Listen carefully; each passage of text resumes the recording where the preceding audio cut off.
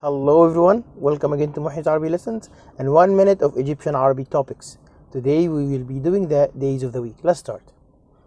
ايام الاسبوع. ايام الاسبوع.